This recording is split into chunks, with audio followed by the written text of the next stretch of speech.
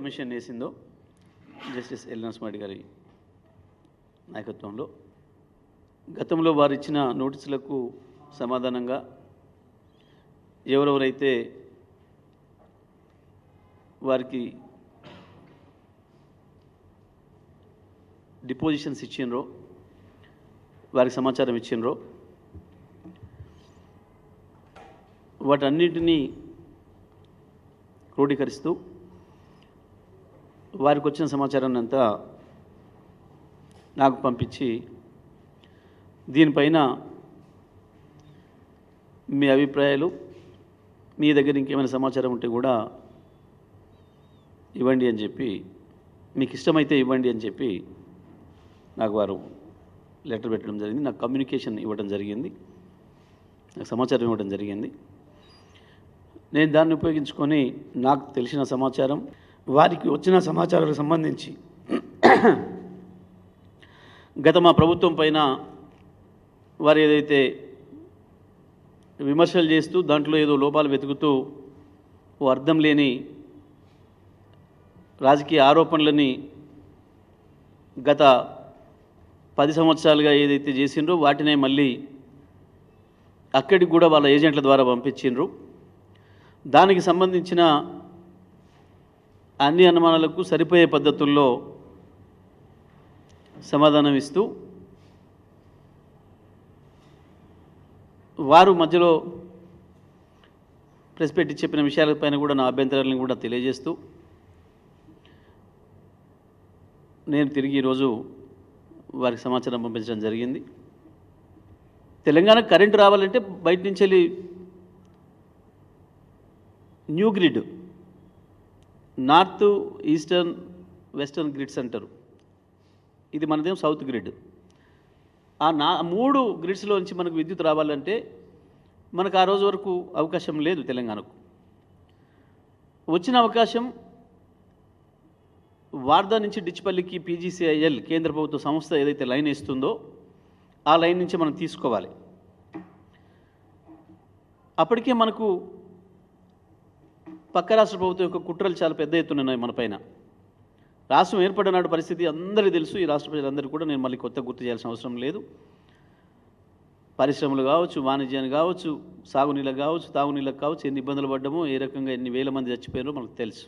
విద్యుత్ విషయంలో తెలంగాణను చక్రబంధంలో ఇరికియాలన్న ఒక కుట్ర అక్కడి నుంచి జరుగుతుందో మరి అటువంటి సందర్భంలో ఈ పీజీసీఎల్ లైన్ను కూడా ఏమాత్రం ఆలస్యం జరిగినా మనకు లేకుండా అవసరం లేకున్నా పక్క రాష్ట్ర ప్రభుత్వం బుక్ చేసుకునే పరిస్థితిలో ఉంది.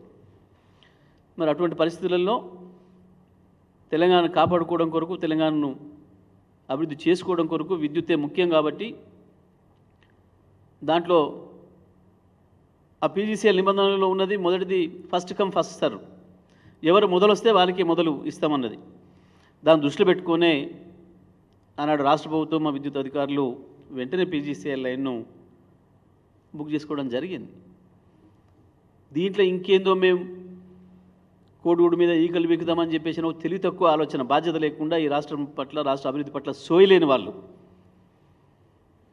ఆనాటికి ఇంకా తెలంగాణ ద్రోహులకు ఏజెంట్లుగా మిగిలిన వీళ్ళు తెలంగాణలో కొంతమంది మొదలుపెట్టిన దుష్ప్రచారంలో భాగంగా ఆ వాదన తీసుకొచ్చిండ్రు. అది తప్పు అనే విషయాన్ని కూడా నేను వారికి స్పష్టంగా తెలియజేసిన.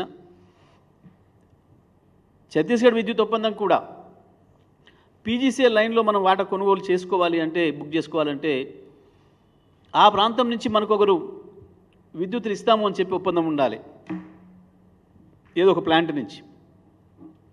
కాబట్టి ఈ రెండు ఒకదానికొకటి అవినాభావ సంబంధం ఉంది. పీజీసీఐలో వాటా కొనాలంటే తప్పకుండా విద్యుత్ ఒప్పందం ఒకటి ఉండాలి.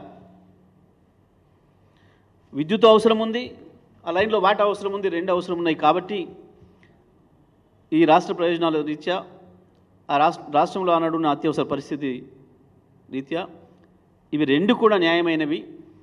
ఇది కేవలం రాష్ట్ర అభివృద్ధి కొరకు మాత్రమే జరిగినాయి అనే విషయాల్ని వారికి చెప్తూ, ఇంకొక విషయం కూడా, ఆ రోజుకి ఛత్తీస్గఢ్తో మనం తీసుకున్న విద్యుత్ 3 రూపాయల 90 పైసలు ఏదైతే పడిందో అదే సమయంలో